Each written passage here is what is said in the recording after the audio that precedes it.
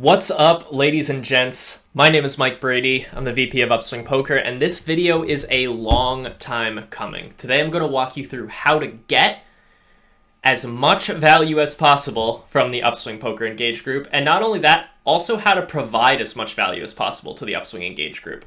So I want to try to keep this short, so let's dive right in.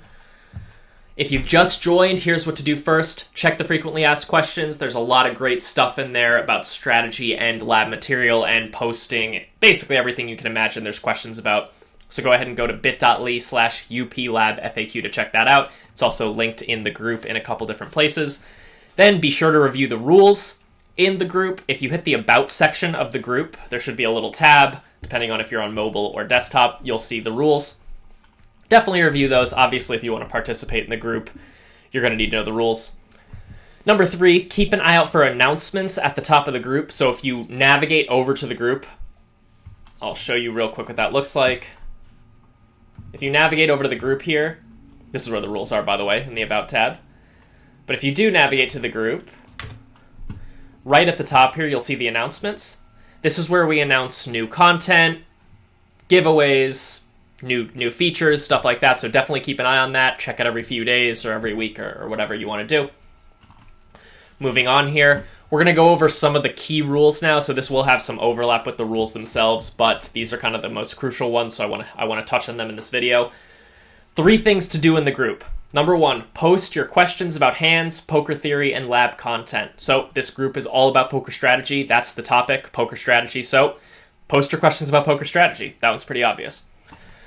Number 2, share your proudest moments, including graphs with large sample sizes. So if you have a big moment, you make a big final table, or you have a huge live cash game session and you have a sweet stack of chips you want to post, if you had a big month, post it in the group. We'd love to see what you've accomplished. And 3rd, treat your fellow members with respect, or you're going to get the ban hammer.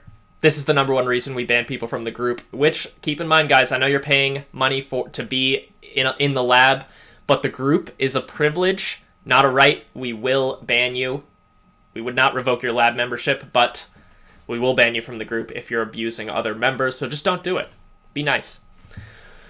4 mistakes to avoid. Don't post complaints or bad beats of any kind. Should be obvious. We want to keep the discussion in this group quality, so don't be posting complaints or bad beats. No self-promotion or ads of any kind. I think that's pretty self-explanatory. If you want to post your Twitch stream or something like that, feel free to shoot me a direct message and ask permission, and then I'll let you know if you can. Tends to be fine, but we, generally speaking, as a rule of thumb, no self-promotion of any kind. Number 3, no ugly big text posts with background colors. That's these things. You'll see that's an option when you're doing a Facebook post. Just don't do those. They're super ugly. Make the group harder to navigate. And 4th, no support or staff queries in the group. So if you have a billing question, or if you notice like a typo in the content, something like that, anything like that, where it's more for staff and not about strategy, email us at support@upswingpoker.com.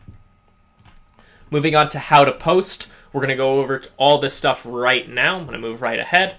So how to format your post if you're posting a hand. This is where we're going to spend most of the time in this video, so settle in. Excuse me. Hopefully that burp was not audible.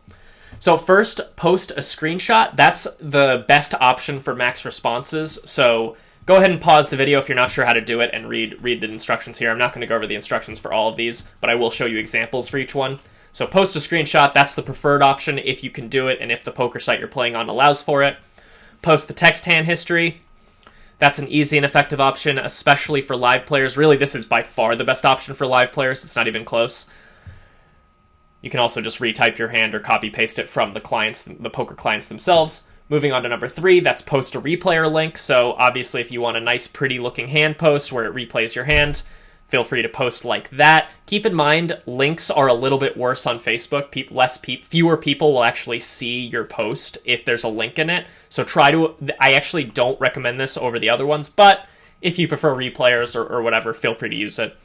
And finally, screen recorded video. This is sort of the only option on certain sites and apps, as I'll show you in a second, so that's why I have that one here. Again, though, I really prefer these 2. If you can post one of these, this just keeps the group as clean as possible and makes it more likely that you'll get responses. So let's look at examples of each of those real quick. So this is kind of the ideal in my mind for how to post a hand history. This guy, Joe, took a screenshot from his Poker Tracker hand replayer text thing in Poker Tracker or Hold'em Manager, one of those programs if you use them, and your poker site that you play on allows those tracking software. You will be able to generate these sorts of text hand histories rather, and you can just screenshot them, post them in the group, include the extra details here. You're off to the races.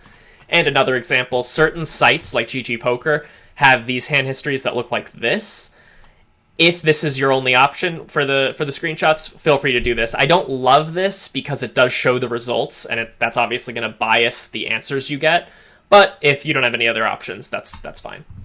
Then moving on, this is Kirk here, longtime member, posting a good example of the text hand histories where you just type it yourself. This is perfect for live players. I think Kirk does play live, so as you see here, it does say live. So he just, I'm sure he noted the hand down in his notes app or whatever when he played it, and then when he was ready to post in the group, he wrote it out and posted. Simple as that.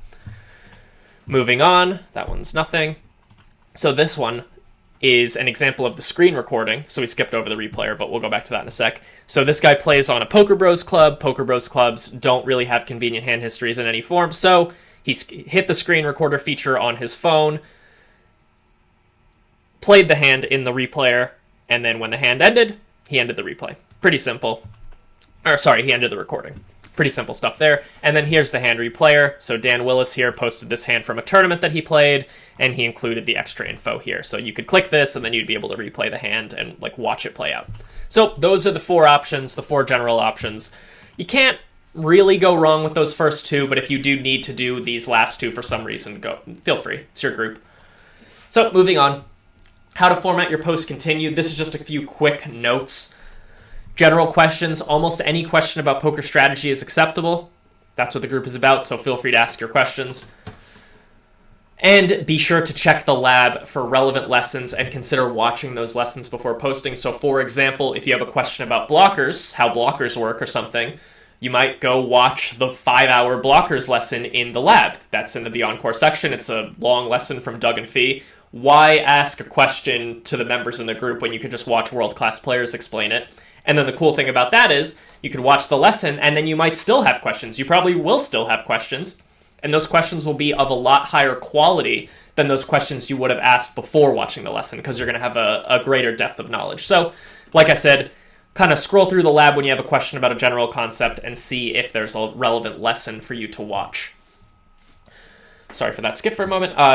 When you have questions about lab material, be sure to be very detailed so members and coaches can answer your question without going into the lab. You want to make it as little effort as possible for people to answer. If someone's going to have to go to their computer, log into Upswing Poker, go to the lab, find the lesson you're talking about, watch the video, if they have to do all that, they're very unlikely to answer your question. But if you make it easy for them, maybe you include a screenshot of the lesson, maybe you include a quote that you don't understand. That way they just have to read your post and then answer right below it. They don't have to go check.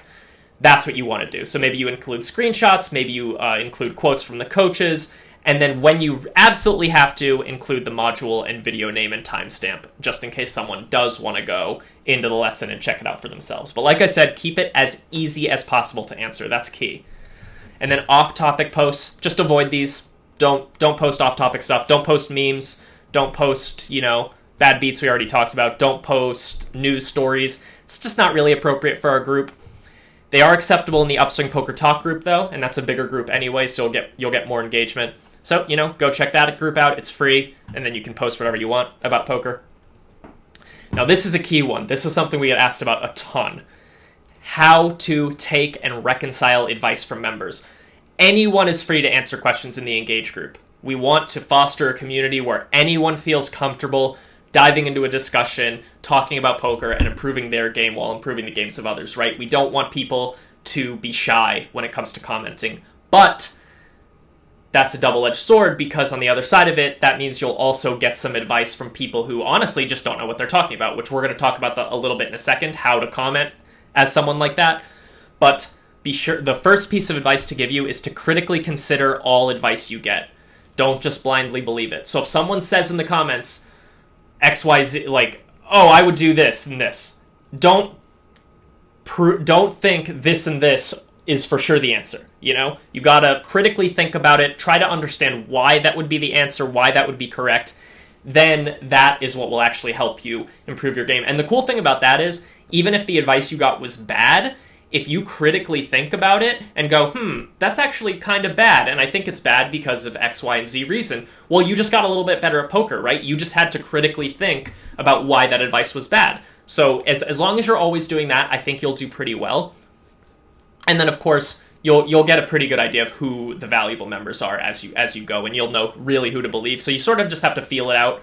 Early on, you might struggle a little bit to know who knows what they're talking about, but you'll get the hang of it pretty quick. And if you're not sure, feel free to DM me. I could give you a list of people who are really smart.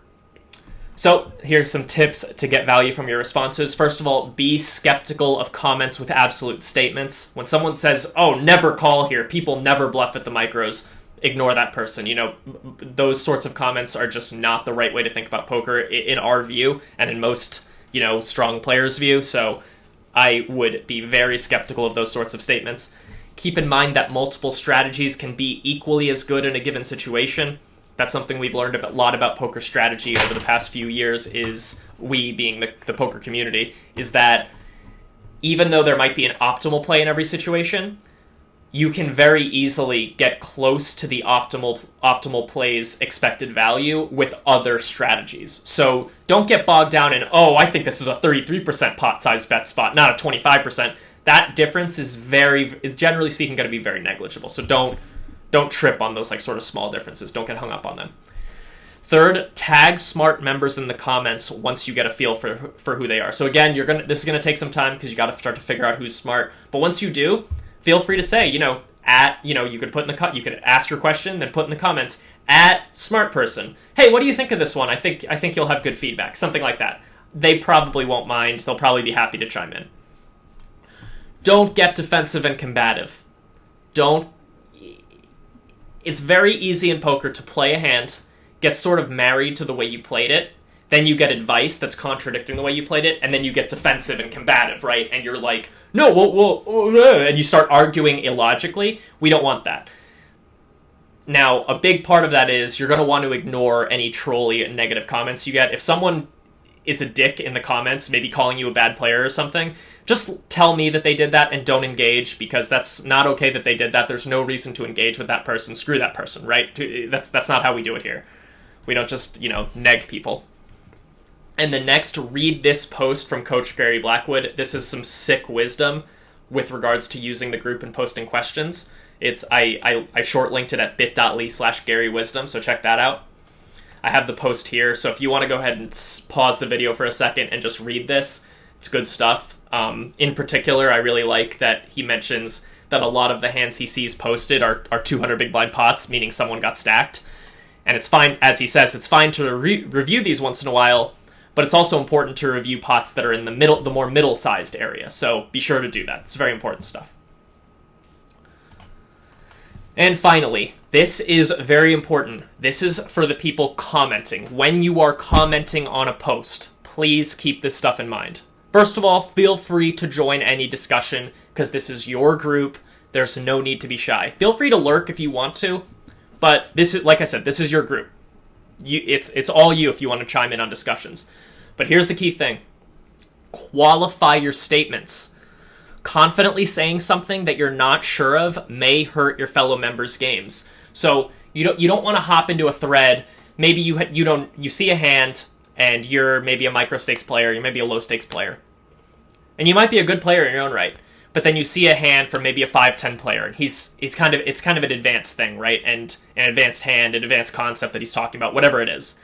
And then you just chime in with sort of whatever your intuition says, but you don't qualify that it's your intuition saying so. That can really throw people off, because then they're going to read what you say, and they might take it as fact, and now you're just throwing someone off when you didn't even know it was fact, right?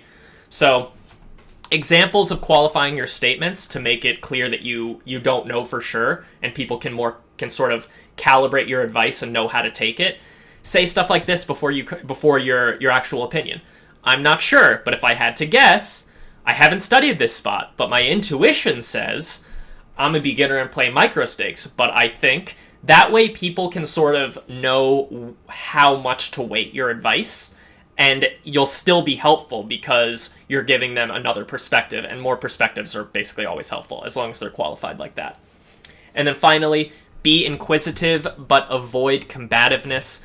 This is kind of the inverse of something we were talking about a moment ago. Don't hop in a comment thread and start negging someone, being like, oh, you played this hand like a fish. Blah. Don't do that. If I see people do that, like, even twice, it's just banhammer. Like, it's not okay. Don't do that.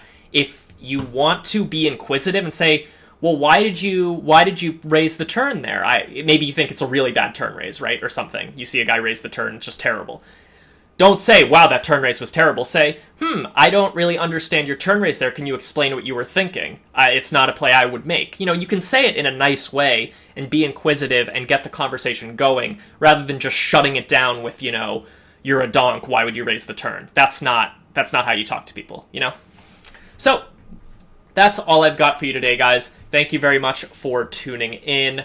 I hope this helped you get more, or will help you get more value from the group.